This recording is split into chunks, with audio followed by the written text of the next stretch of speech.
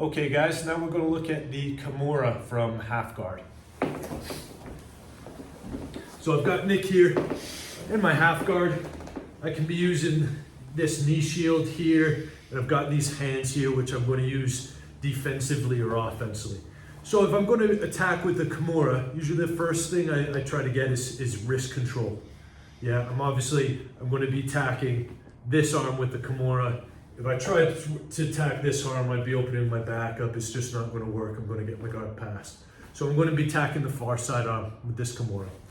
So whichever kind of grips you have here, like I said, you could be doing, offensive grips, or it could be defending here.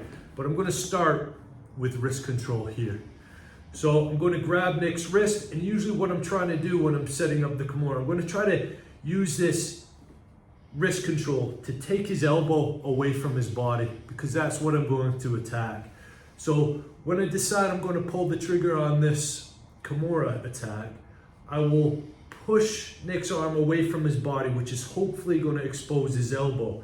As soon as this becomes open, I need to commit to it. So I take my hand and I'm actually going to cup the elbow. And as I dive towards it, I'm going to start pulling the elbow in to my chest as I dive in and fall off at about 90 degrees. So once I get to this position, you can see I've already taken Nick's elbow away from his body. I've got control of his wrist, and I've got this hand in here holding this elbow to my chest.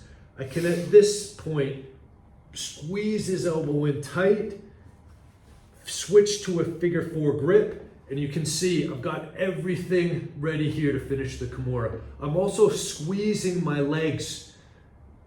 This is going to keep Nick's hips down to the mat.